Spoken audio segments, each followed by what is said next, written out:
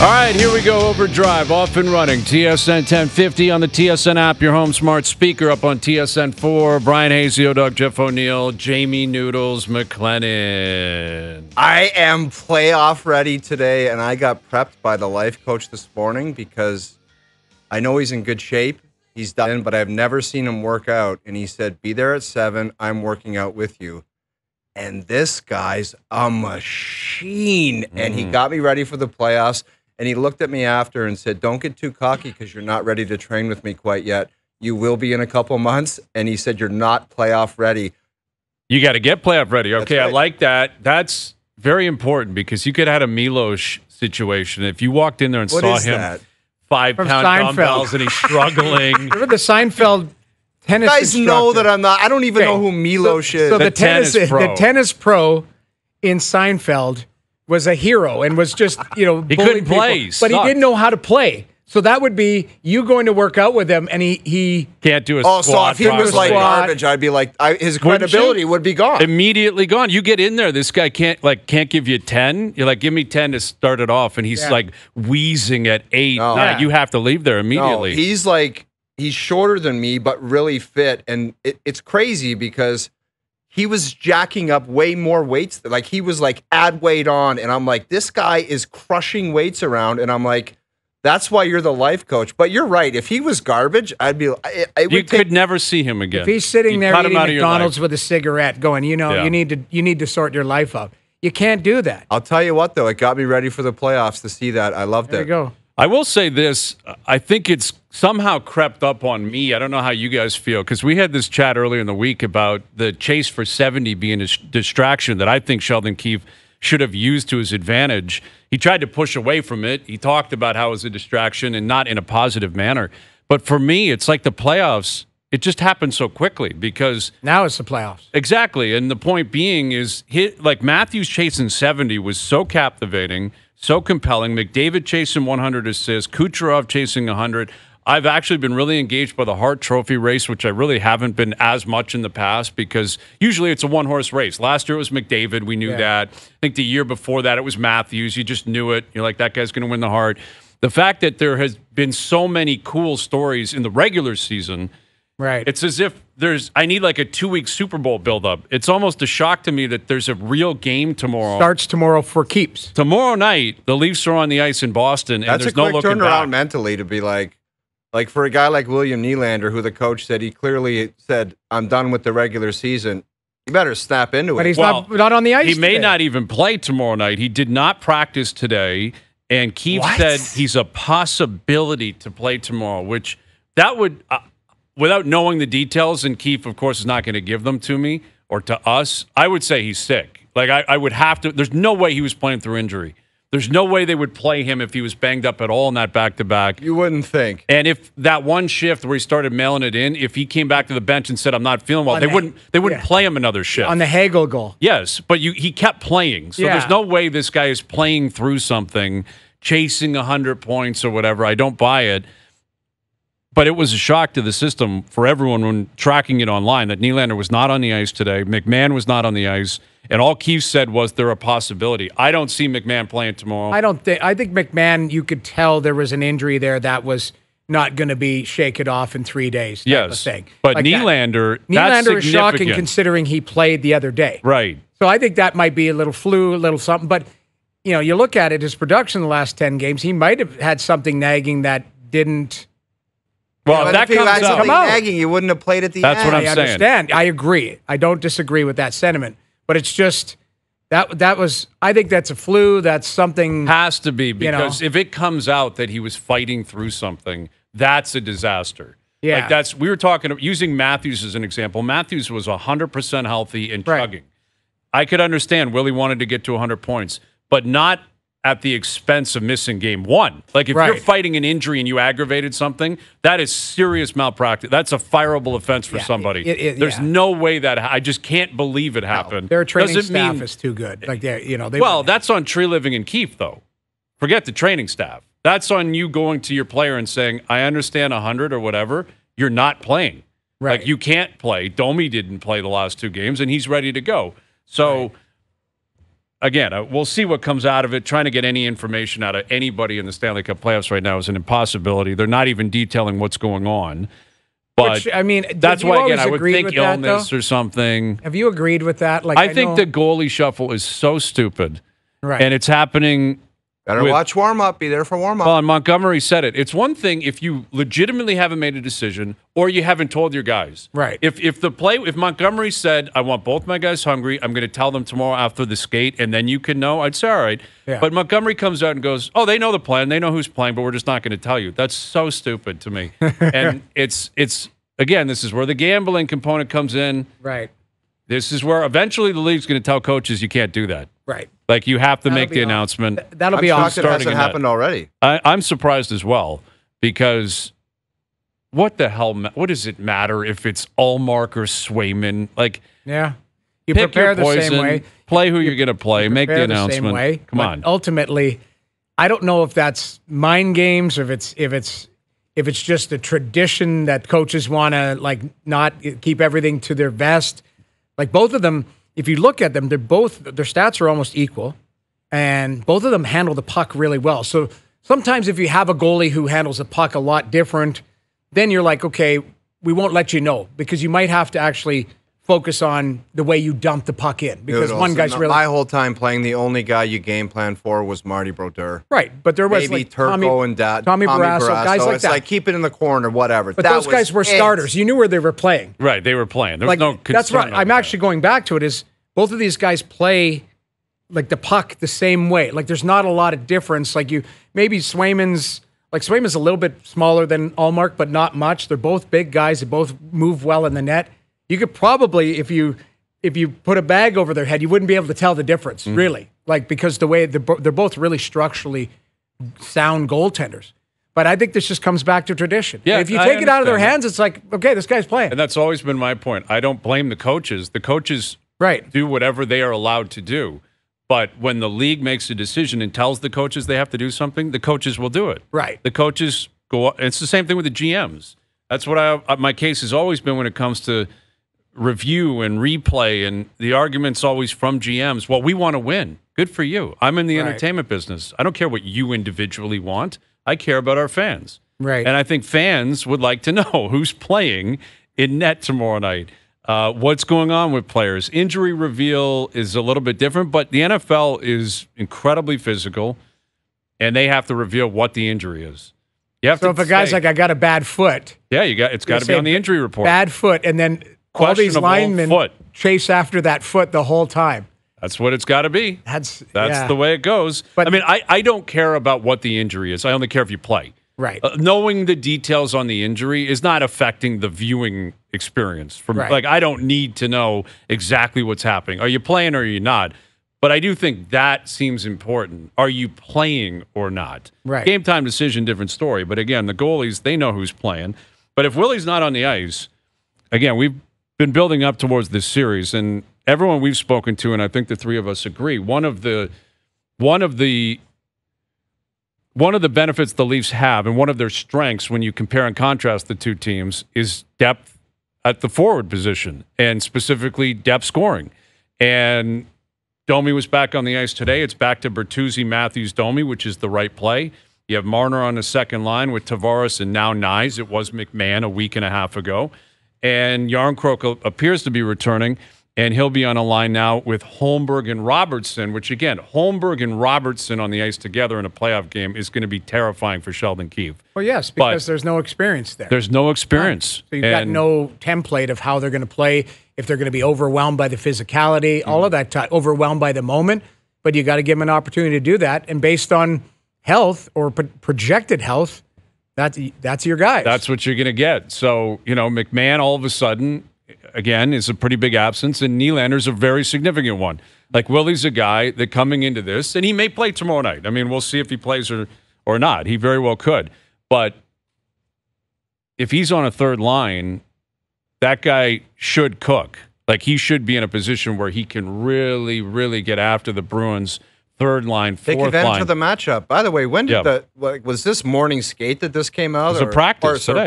Practices. Yeah. It's just like he's not available and he's a possibility. He's a possibility. Those are the words of Keefe. McMahon and Nylander are possibilities for Game 1. No more detail than that.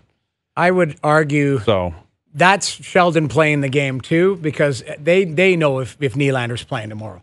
If he's sick, he's probably playing. They're probably getting intravenous, everything pumped through him. He'll be, ready to go for tomorrow.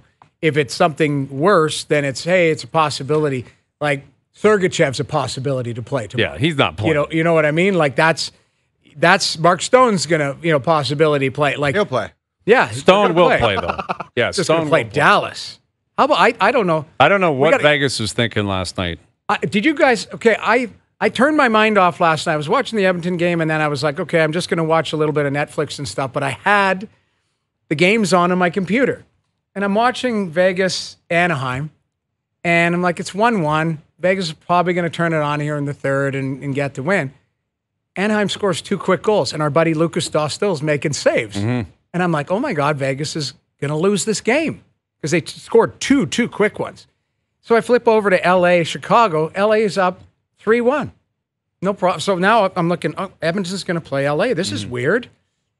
Cam Talbot lets in 3 goals in 3 minutes. All of a sudden, Chicago's winning 4-3. Mm-hmm. And L.A. looks like they can't make a tape-to-tape pass. I'm watching both games going, what the hell is going on here? And L.A. needed to get the 2 points. L.A. needed 1 point. They needed to get it at least to overtime, but they're losing 4-3, and they couldn't get out of their zone. It was ridiculous.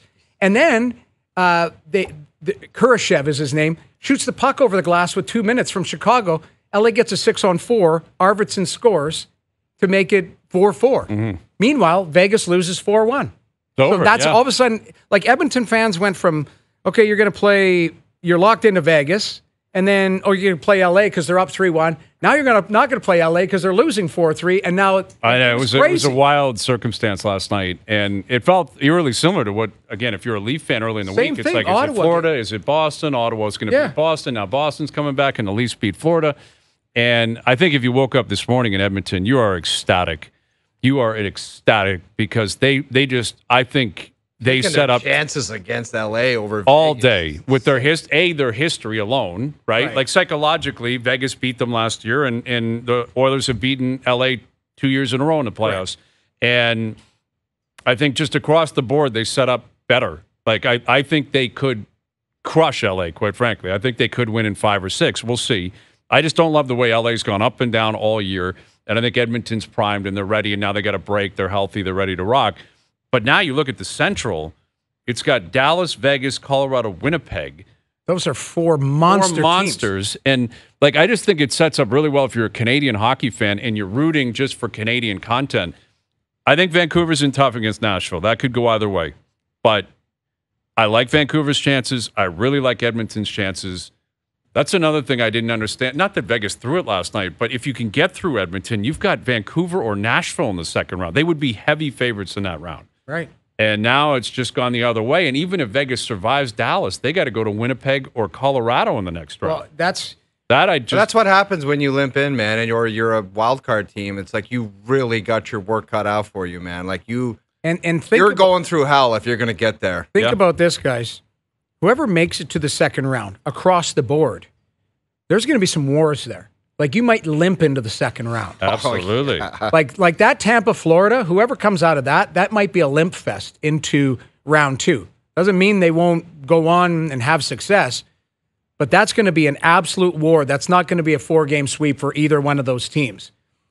Dallas and Vegas is going to be a war. Whoever limps out of that series is going to have a layer taken off of them. Yeah. So they might be a different team. You might be looking at a different team in the second round. Yeah, I don't think Dallas is just going to club Vegas and just be like, oh, no. I don't think so. I like Dallas. I do like Dallas. I do like Dallas too, but that is not like Vegas is Vegas.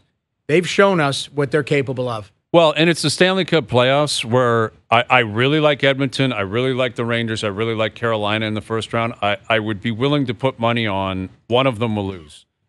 One of them will lose. I'm not sitting here predicting which one it will be, but we do this every single year. It's the same thing every year. Well, that team's obviously going to win. That team's obviously going to win. And it never happens that way. And that's the beauty of sports, and in particular the first round and how wild and crazy it can be. Yep. Where there could be any combination of 8 teams left after the first round. But if those teams play the way they're capable of playing, if they get breaks breaking their way, they should be salivating. Like the Rangers and the Oilers and I think Carolina, they should be in a situation where they think, okay, we could maybe get through this and get through this quick. Like if you put your foot to the pedal, take advantage of these opportunities because you're playing inferior teams, you've got home ice, win the first 2 games, and then say, you know what, maybe we can get this done quick, and then we can let everyone else just beat the hell out of each other. That's a perfect world scenario. Again, it's unlikely to break that way for all 3 series. In fact, we know it won't. Yeah. But it's interesting how the Pacific has played out now. Now all of a sudden you look at it, it's Vancouver, Nashville, Edmonton, and LA. Yeah. And I think most people would concede, and certainly before the season started, if I told you that was the path to the conference final, you'd say Edmonton will cruise there in about 11 games. Might take them 10. Like they might just storm right through it. Now it's on them to do it. Yeah, but easier said than done. Of course it is. But they should beat LA. I think we all concede that. You should beat LA. And then if you get Vancouver or Nashville in the second round, you're going to be a big favorite if you're Edmonton. Like that, it sets up for a path for them to be in a conference final and maybe quicker than they thought it would be in the past. And that's how you can go deep. You keep the rust off you, keep the bruises off you, the flies off you, and boom, see what happens. I don't think players would ever look at it Of course like not. And they shouldn't. They shouldn't. They shouldn't. But I will. Well, we can, and we can have a lot of fun with it. I will all day. You're just playing. You're such a day-by-day thing. You're like, we got a war here against LA. Yeah. You might sit at your cottage in the summer and say, man, if you look at that path or that opportunity we had, we just pissed that away, man. Well, but we when did you're it in the here moment, in you're market. like, I got a war in front of me right now, and it's the LA Kings, and it's Doughty and Kopitar, and we got to do this. That's the only time I think you would look at it like that. Afterwards, if you don't get it done, you're like, we could have, like, look at that path we possibly could have had. We sat here in this market looking at the pathway. They took down Tampa, and it was Florida that came back. Mm-hmm. And you're like, that's, Boston was the scary 62 wins last year, the regular season. That was the team that was just going to march to the final.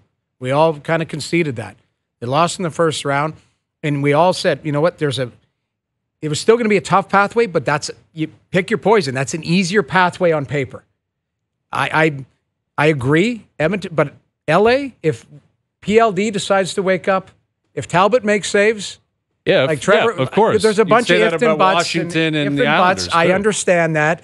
I don't even know what the saying, but I've heard if and buts and candies and nuts. Yeah, I still don't know that saying and how it makes sense. it's a good one. But you better be careful what you're thinking. If Edmonton wakes up today going, "Oh, we got LA where we beat them the last 2 years," LA's gotten better too. That Byfield's a player. Like they've got some players there. But you're right. On paper, it sets up way better. Let's call it what it is. They got a massive boost last night, and Dallas probably wakes up today and goes, "Are you serious? We just won the West, and we got Vegas." Which nobody wanted. Nobody wants, and that's because of their history and what they do on paper. But again, on the ice this year, it has not been great for Vegas. Like they're the second wild card team, right? Like they're in a position where yes, they're trying to patch it together, and Hurdle's there, and will Stone return, and Carrier, will he return, and how does Hanifin fit in with it all, and is Hill anywhere close to in form, and there's question marks surrounding them, but. Once you win, you get that reputation. On paper, they look like a great team. And at a minimum, you would expect Vegas shows up and makes it a tough series. It won't be easy. But that Central now is just crazy with Winnipeg, Colorado, Dallas, Vegas. And I would say, and obviously in the East, the equivalent of that is the Atlantic, where it's Toronto, Boston, Florida, Tampa. Like those 4 series, very unpredictable, could break any way. You could have any combination of teams into the second round. That's what makes it so great. So we have our predictions coming up today. I got a bunch of props, bunch of fill in the blanks as we move into the first round. One of our fave segments, fill in the blanks. Fill in the blanks. We've got a lot of blanks, and we will be filling them in throughout the day. Mike Johnson will join us. Joe Haggerty, it's that time of year. We haven't had Hags on in 5 years when we were in that creepy bus downtown. Oh, that's right. He came and joined us. Yeah. He came in the ice cream truck. He was in the ice cream truck in Maple Leaf Square. That was the last time we saw him. Come on in. We played the jingle and everything. We went and picked him up. We were moving all over with that thing. We were on the road one time. We were in the square. It was something. Yeah, we were really moving and shaking. But Haggerty will join us, and shout out to Boston Pizza. It's like a biannual event. They send in food, usually around the Super Bowl, beginning of the playoffs, maybe beginning of the NHL season. There's so much food, and again, I have a perfect. Oh yeah, I am seeing people I did not know were employed at TSN. No, welcome to it. When you guys do your tennis events and we try to grab a piece of lettuce and you yell at us, don't care. That's so true. The other events, the signs do not touch unless you are affiliated with this food. But our food, if you're not affiliated with the French Open, do not touch. The thing is, man, I don't touch it because I'm like, there's probably cameras, and I'm going to get tackled and escorted out of this place. But, but they just wander down and say, OverDrive stuff, that's ours too. Yeah. Oh, there'll be nothing left. There should be a sign-up sheet there. I guarantee you, there's 20 monsters. That would be great, actually. We got to do that one year. Place a camera and a sign-up sheet and see who has the stones to say, screw it, I'll put my name down. And I'm taking a half wheel. Gary from editing. Yeah. I'm like, I actually respect that. Gary from editing has his truck parked right out front of the door, and he's taking it all home. Yeah. So anyway, Sean from Boston Pizza's here, too. He's probably keeping an eye on it, just thinking, what kind of action happens around here? What kind of atmosphere have you created around this studio? So, all right, we're looking ahead to Game 1 tomorrow night. You can hear that right here on TSN 1050 tomorrow night. 8 p.m. puck drop. I love that. Primetime. It's like a big fight. It's a great start. 8 p.m. primetime tomorrow night, Leafs-Bruins. So we're teeing that up. More updates from the rink today as well. OverDrive continues. TSN 1050 and on TSN 4. OverDrive continues, brought to you by FanDuel, bringing you everything from the opening line to the final score. I witnessed online the true difference between Sport A and Sport B because, the three of us have been hanging out for a long time, and you guys have always told me stories about how terrified hockey players were when they'd hit the road to allow their coach, GM, owner to know they're doing anything else but concentrating on hockey when they're on the road. Yeah. Right? In other words, you'd always say, I wouldn't even wear a golf shirt around the rink because I didn't want someone to say, is that guy planning on golfing? Right. I wouldn't wear it to the home practice. Like, I kept my golf stuff. Right. I also kept a hoodie and a pair of jeans in case I got trapped somewhere that I wasn't supposed to be. But Smart. Yes, you always got to have a go bag. Yeah. Smart play. So that's the NHL, right? Yes. The Jays are in San Diego. Oh, boy. They flew out Wednesday. Yesterday, Justin Turner posted on Instagram, and then the Jays Instagram and Twitter account reposted on their own socials of them playing Torrey Pines. They were playing Torrey Pines. There they are. The boys are playing Torrey. It's early in the year. Could you imagine in 1997 posting that and then the Hurricanes social, if it existed, Jimmy Rutherford give that a retweet. Make sure everyone knows the boys are playing Torrey when we're out. No, he'd be on a golf cart with a Hurricane flag. Like, you would know he was coming to get you. He'd be picking you up. Yeah. Saying, how dare you? What do you think you're doing? Although Jimmy was great. I'm using him as an example, but you know what I mean. Like, I love that. It's an off day in San Diego. Justin Turner's 39 years old. That's what I never understood. Leave me alone. Golfing is not, you're not going to get in trouble golfing. Yeah, something could happen. You could blow your back out. Mm-hmm. We hit some into the sim yesterday, and my shoulders are killing me. You got a kinked neck too, don't you? I've got a kinked neck. It's sad when you wake up from Disgusting. Golfing. But what they don't want is a police report coming their way. Right. That's but it. You don't get that at Torrey Pines. No kidding. That's what I always used to say to people. What are you all worried about? I'm golfing. Guys are getting caught doing all kinds of nonsense, and I'm teeing it up, and you're worried about it? Right. I think it's optics. That's what it is. It's optics. Mm-hmm. Yeah, because if things don't go right, they say you don't tomorrow care. Or whatever. Right, like, here we go again.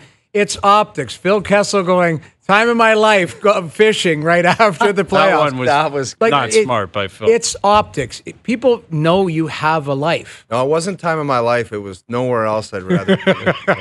I think the wording was actually worse than time of my life. I think it really was nowhere else I'd rather be than fishing with the boys when the second round of the playoffs was ongoing. I think it was right after the collapse against Boston, right? Okay, yeah, it is. Look that up, Owen. Try to find out, because we're not trying to sewer Phil, but this is the least of Phil's worries. He's won multiple cups since then. The Phil Kessel tweet when he's with Bozy and the boys out in Wisconsin. Well, or the New something, York Giants fly were on a fishing. yacht in Miami a couple days before, a playoff game? They were going to Green Bay, I believe. They lost, though, right? Yes. Like, if you're a general manager looking at your guys on a yacht, you would say, can't you guys go have wings and beer somewhere in New York and not be on a yacht somewhere? Because that's where stupid stuff happens. Right. Go on a yacht and don't post pictures. No kidding. That's the problem. Is everybody can't do wants that. they want hey, look at what I'm eating. Look at what I'm doing. And then people they start to judge you, and then you get mad. Well, you guys are judging me. You're the one who took the picture on a yacht. Mm-hmm. You could have said to everybody on the yacht, we're going on the yacht to have a good time. We're going to enjoy ourselves. No pictures, please. I've been on a yacht. If one guy pulled a phone out with a camera, they would have been in a straitjacket in the Atlantic Ocean. It's always rule number one. Just stop it. Or especially then, because you're right. There's no common sense. And what bothered people in New York there was, you're in New York. You flew to Miami. Right. It's not only you're on a yacht. Probably the weather wouldn't have been good enough. But if you're on a boat, maybe in the New York Harbor or something, I guess we could live with that. Or you're in Atlantic City. You flew privately to Miami. Right. All of you posting up, everyone knows what's going on. It wasn't just a boys' trip. No, everyone there knows. was Everyone knows what's going on the yacht. There was some fun. Yes, and it was. You didn't say we have to dock by 10. Like you guys, they were flooring it, and then they showed up. I believe a few days later. I want to say it was in Green Bay, and they lost. And that's an example of maybe the rule being, again, if it's not illegal, just don't post it. That's the thing. Draw attention to it. If it is illegal, definitely don't post it. And I have an example of that. Rockies hitting coach Hensley Mullins. You guys hear about this story? So when the Rockies were flying up to Toronto last week, this guy, the hitting coach? The hitting coach. So they're on a charter, obviously, from Denver to Toronto. This guy posts a video to social media that has since been deleted of him in the cockpit in the pilot's seat with the caption, "Had some fun in the cockpit on our flight from Denver to Toronto. Thanks to the captain and the first officer of our United charter that allowed me this great experience." Naturally, the FAA immediately snapped that and said, "We are deeply concerned about this illegal activity." Because you're flying and the pilot is not sitting where he's supposed to be sitting. Yeah, and you're supposed to be teaching homers not flying a bird. This guy's got his hand on the wheel, pressing buttons above. Totally. Snapped on Coors Lights. Said, "Hey, Skip, come here, take my phone and make sure you get this." And probably who knows what he was up to. But why wouldn't the other co-pilot say, "Dude, if you think about taking a video sitting right there, I'll strangle you right in the Exactly. Like that's where someone. That's where stupidity is involved. How did no one say to him, "I don't know what you think you're doing with that camera. Right. Not happening on this bird." If you ever take a video, it's one thing, but post a video, you and I are going to have a real conversation. It's a simple, hey, I'd love a picture, but please don't post that because it's illegal for you to be sitting here while we're 30. While we're flying. Yeah, we're flying. Or, hey, when we land and we've taxied, come on up and we'll all take pics and vids. And but this guy's in there and the plane's moving at 500 miles an hour. So, an FAA spokesman said they can't comment on the details of an open investigation. I'm not sure how deeply rooted an investigation could possibly go when you're literally in the sky and this guy's in the pilot's seat. And it's, you ask him, who let you do that? And he says, the pilot. And then the pilot's going to get fired. He probably is, because United Airlines has already come out and said a clear violation of our safety and operational policies. And we've reported the incident to the FAA because they have to do their due diligence. Those pilots, too, are the ones that are the most decorated because they get the charters. It's a great gig. They've probably flown thousands of hours and worked for United for years. And then, hey, United charter, we've got Team X flying with you. That's insane. He's in big trouble. I guarantee you that captain is in big trouble. All because the Rockies stink. Like this hitting coach is holding on by a thread to begin with. This guy, and he's up there. He better not get canned. It's not his fault. He was allowed to do it. It's not his fault. It's stupid to post it because it embarrasses the Rockies. Oh, if I'm the Skip, I pull him aside and say, "Are you insane posting that video, flying the bird?" Because now the manager's got to answer about that. Yes. Hey, what are you guys doing when you're up? Like, do you guys ever watch game tape? How about some game tape? He's going to be out in the field tossing the ball up. Someone's gonna the old throw up and just over the side. Can I speak to you for a second? Can I have a word with you? Yeah. United Airlines and the FAA are over here. Big time. Like that is, it's especially with how serious that is. So stupid. It's so stupid to post that. It's so stupid. It's harmless, but it's not. Right, because clearly they landed and everything's fine. It's fine, but it is a violation. It was how serious things are. And especially, we don't know the context of the picture. Guy's got the captain's hat on sideways, I know. like being a goon. Well, I loved the caption, too. Had some fun in the cockpit on our flight. You know, this guy thought, I am going to blow up on Instagram here. Like, so many people are going to love this. This is for the gram, and everyone's going to love this. That's the world we live in now. Hitting coaches are doing stupid things on social media. Like, you guys speak sometimes to young teams about social media. Now you got to talk to the coaches. Like the adults, and be like, "Hey, idiots! Maybe you don't do anything either." Who was was it Kurt Rambis? Oh, Kurt was liking and retweeting. No, Hot Ass Daily, following. Wasn't it? Yeah, and his following. because he got the Knicks gig on an interim basis, and people are like, "Let's see what Kurt's up to." Yeah. Whoa. Yeah, like retweeting and liking, and he was following the most obscene accounts on Twitter. But that's where I mean.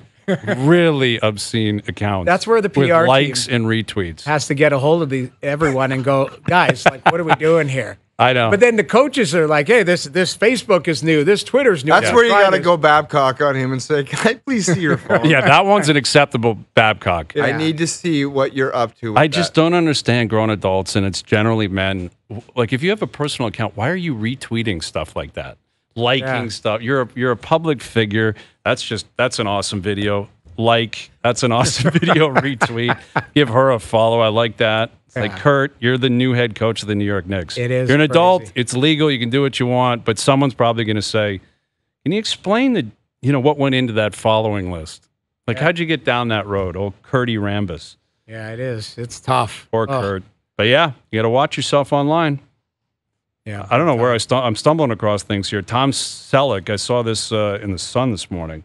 Tom Selleck has never texted or emailed anyone ever.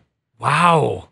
I appreciate that. He's 79 years old. He's old like, school? I just don't care to do it. I'll call you. You can call me, and that's it. I do not text. I do not email. I got respect for that. Mm-hmm. I first thought you were going to say died, but he's never texted or emailed his whole life. That's what he's claiming. How does his agent will call him and say, I've got a script for you. I'm going to mail it to you. You'd have to mail him a script. You would. Like, there's no email. Nothing. Sign this, DocuSign. Hey, I've got a check for you. Just scan it. No, he's old school. That's old school, yeah. In an interview with People magazine, I've never sent my own email, and I have never texted anybody. I guarantee if he was still young and in his prime, he'd turn that around. He would have had a Rolodex. I don't know what his situation was back in the day. He was the equivalent of Clooney and Pitt. Yeah, he was the man in the 70s and early 80s. Watch yourself. Yeah. All right, we'll come back with some props, okay? Game 1 tomorrow night, Leafs-Bruins. We got Mike Johnson coming up, a full breakdown of the series among the other 7 as well, as we look forward to the Stanley Cup playoffs. OverDrive continues, TSN 1050 and on TSN 4. All right, Mike Johnson in about 20 minutes. Our first round predictions, courtesy of our friends at FanDuel at about 5:30. FanDuel's got everything covered in terms of series odds, in terms of point leaders. I mean, you can get everything you need because it's just the start of big events. We just went through it with the Masters. It's just amazing, all the different possibilities. And no one's going to be right. Like, by the end, you're going to look back. Someone's going to win the Cup, and it may be somewhat of a predictable team. Maybe it will be. But who's to say who's going to win the Conn Smythe? Who's going to lead the playoffs in points? We said it in November, December. Like, this is wide open for a good team. Yeah. A good team gets a hot power play, a hot goalie, some studs that get cooking. You can win the Cup. Yes, you can. It's not like back in the day where all these monsters were out there. Oh, L.A. and San Jose out west and the Bruins and whoever out east. Like, there's no boogeyman right now. It's whoever can cook, man. Yeah, like the Detroit where it have 7 Hall of Famers. Yeah, right. Colorado. Like there are teams that resemble like strong teams. You're like, okay, I could see. But again, you come back to, I think we could make an argument for 12 teams right now. If we wanted to make an argument, go around the table and say, tell me why Dallas is going to win the Cup. I watch Colorado a bunch around December. I'm like, and I always think in my head, hand them the Cup. But if their goalie goes out with no gear on, they're in trouble. Yeah, and they're in tough early. And let's say they get through Winnipeg, then they have to play Dallas or Vegas. Right. There's no guarantees they can pull that off. No. And well, and honestly, like, knock on wood for everybody, health is a big factor. You got to be playing well, but you also have to be healthy, because we see that all the time. Injuries, inconsistencies, adversity that teams have to go through. A lot of times the team that's there in the end have had some luck, but they've also had tremendous health for their top players. Yep, absolutely. Which has been rare instances. All right, Leafs Bruins tomorrow night. A couple of details from the skate today. William Nylander was not on the ice. Sheldon Keefe listed that as a real possibility he plays tomorrow, but no details on what's going on. Bobby McMahon not on the ice. We're doubtful he plays, but Keefe did say it's possible. TJ Brody not in the top 6. Like, that's pretty substantial when you consider where we were opening night. TJ Brody does not look to be playing game 1. Doesn't mean he won't get in, right? But he's not going to be in the lineup tomorrow night. All right, Leafs Bruins, some props here. Total goals for Austin Matthews in the series, over under 3.5. I'll go over 3.5 because that seems like it's got to go 4, and he seems like he scores all the time. It's tough in the playoffs, but I'll still take the over on that. Yeah. I'll take over on 3.5. I'm taking the over too, because in the last couple years, the opening games have been like ridiculous. Wasn't it 7-0 last year and 7-0 the year before? Yeah, there were a lot. It's crazy early in the series. There's been some like weird stuff happen. Like, yeah, there was Tampa. You're right, but it's just I still think, like, regardless of how it happens, he's going to score goals. It's just, are they going to be? You know, Mitch Marner got 3. I think it was 7-3. Didn't they lose? Yeah, they came back and put some numbers up late. Mitch Marner got 3 awful. assists in a 7-3 loss or whatever it was. And you're like, you're still getting points, but are the points going to be when it matters? He's going to score 4 goals for me. Or I'm on the over, too. I think he has at least a game where he pots 2, and then all of a sudden, and I think this is going deep. I don't know where I would get to where I'd say I'm taking the under. It's 5.5. Like, I don't know. I don't think he's scoring 6 in the round. If he scores 6, then the Leafs, I think, will win this series. And that says he's carried it over and elevated, because that's something that's got to happen. You had 69 goals in the season. That's incredible. You got to be even better now. Right. And he even alluded to that the other night. Great season, awesome, everyone's all good, but now you really got to show up. Well, like, now you better be the best player in the series. It better be Matthews. Got to get lots of attention, too. That's the thing. Well, they're loading up McAvoy and Lindholm. Yeah. McAvoy and Lindholm is going to be their top pairing as of tomorrow night. We'll see how quickly that could change. But again, that sets up for Marner on the second line, Willie on the third. You're going to get a decent matchup. Like Grzelcyk and Carlo that's a good pairing. They're good. Like, they're good players. Boston's D. Their top good. 4 is really good. They're good. Yeah, they have a good top 4. Yeah. But they're going to try to do everything they can to neutralize the Matthews line and then see where the chips fall from there. Total goals for Pasternak in the series, 3.5 over under. I'm same thing as Matthews. Really? If you look at it the last 2 years, I think Pasternak has 1 less goal than Matthews. Like, I think I did that 60 stat last year. Yeah, like 61 or whatever it was. Right. Like, and what did he have this year? Like, I think close to 50 if he didn't have 50. I think he did. Yeah, he did, I believe, or close. No, he was 40. Whatever. We'll figure it out. But he's like Matthews. He's a goal scorer. He's a difference maker. He's a heart finalist. Yeah, that's the thing is with the Leafs in particular, and the way the Leafs are killing penalties, it's concerning. I mean, you talk about how the Leafs are planning. Sorted, Hayes. Well, that's it. I'm on the over too. But if the Leafs are looking at the Matthews line and saying we got to stop it, it's the exact same thing with Boston. Right. Like, you find a way to stop Pasternak. I like their chances a lot. Like the rest of the depth. Marchand's a good player. DeBrusk is good. Zach is good. Coyle, they're good players. Marchand's a really good player. But there's not killers down the lineup.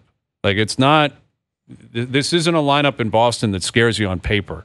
It's collectively worked, but Bergeron's not there anymore. Krejci's not there anymore. Like, this isn't the 18, 19, let alone 13 Bruins. Yeah. Well, Well, not even close I on think paper. they're the same way. They're looking at it going, Holmberg – Yes, of Bobby course. McMahon, If it's Robertson, Holmberg, although Robertson showed he scored goals, but like I think that's where you've got to That's where top players, if they don't cancel each other off, that's where they've got to find a way to be difference makers. That's right. Yep.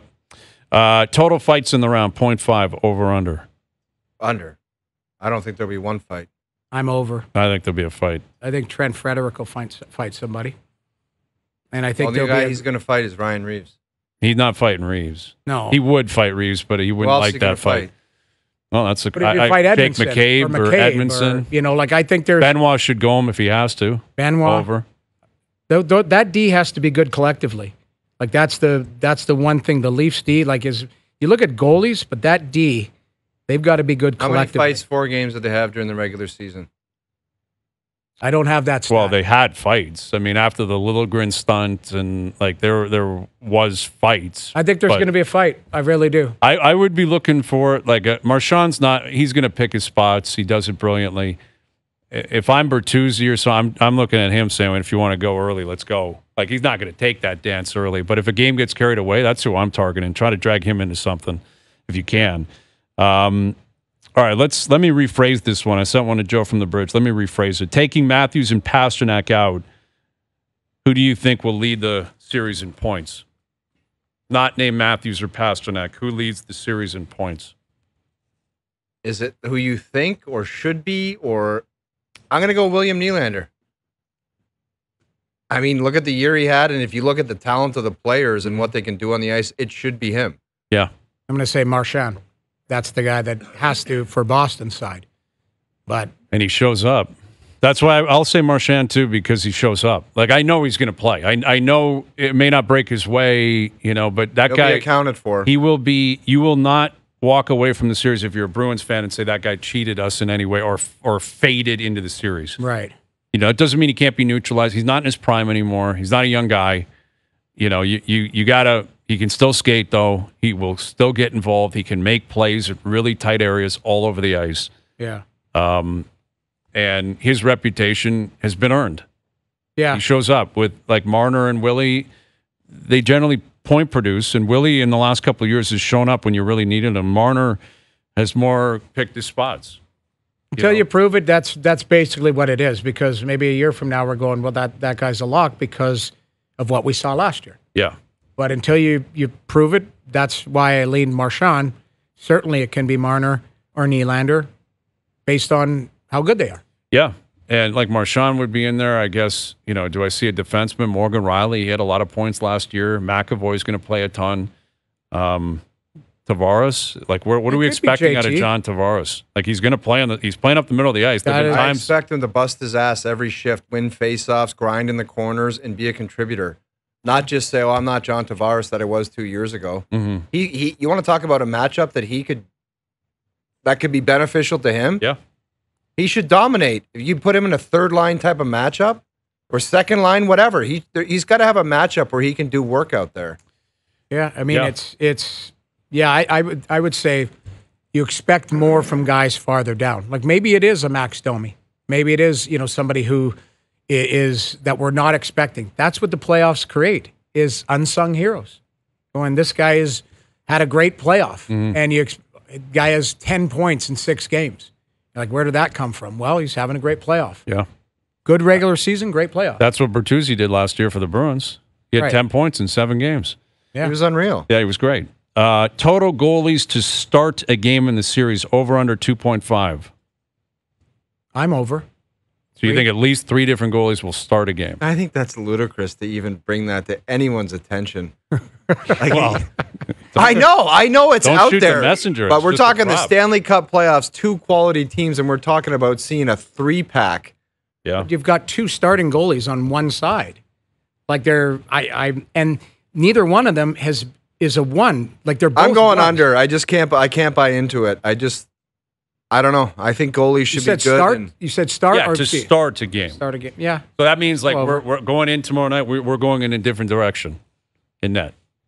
Yeah, I think there will be 3 guys.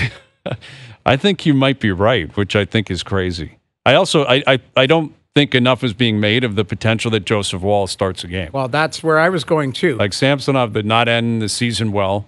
They hit him this last up and down week. Year. They didn't play him those last 2 games because they didn't want what happened to Stuart Skinner last night. Right. They didn't play him in Florida. Mm-hmm. they're getting him ready for tomorrow night. But why would you start Stuart Skinner last night? I think because they don't play until Monday would be my assumption. They wanted them to get a start. You're going to rest all the big boys. Mentally make him one of the big boys and say, he is one of their big boys. Like these their starting goalie. But make him sit in the stands with Connor McDavid and say, you're one of the guys. You're going to sit up there. Should have started him the night before. That was the play the night before. It's dumb. Play him the night before and then say you're out. Yeah. Go fly home. We'll fly you home, private bird. Agreed. We'll get the Rockies coach to get in there and he'll fly you home. That could have worked, actually, because they were going into Colorado. Pit stop in Colorado, and the hitting coach will take it home.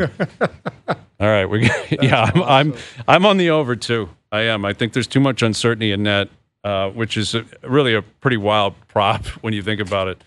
All right, hour 2 coming up. Mike Johnson will join us in studio. His take on what is on the line here for the Leafs going into this series against the Bruins. We'll break it all down. The other 7 series, especially the other 3 featuring Canadian teams, we'll hammer those home with Johnny into the next hour. OverDrive continues, TSN 1050 and on the TSN app.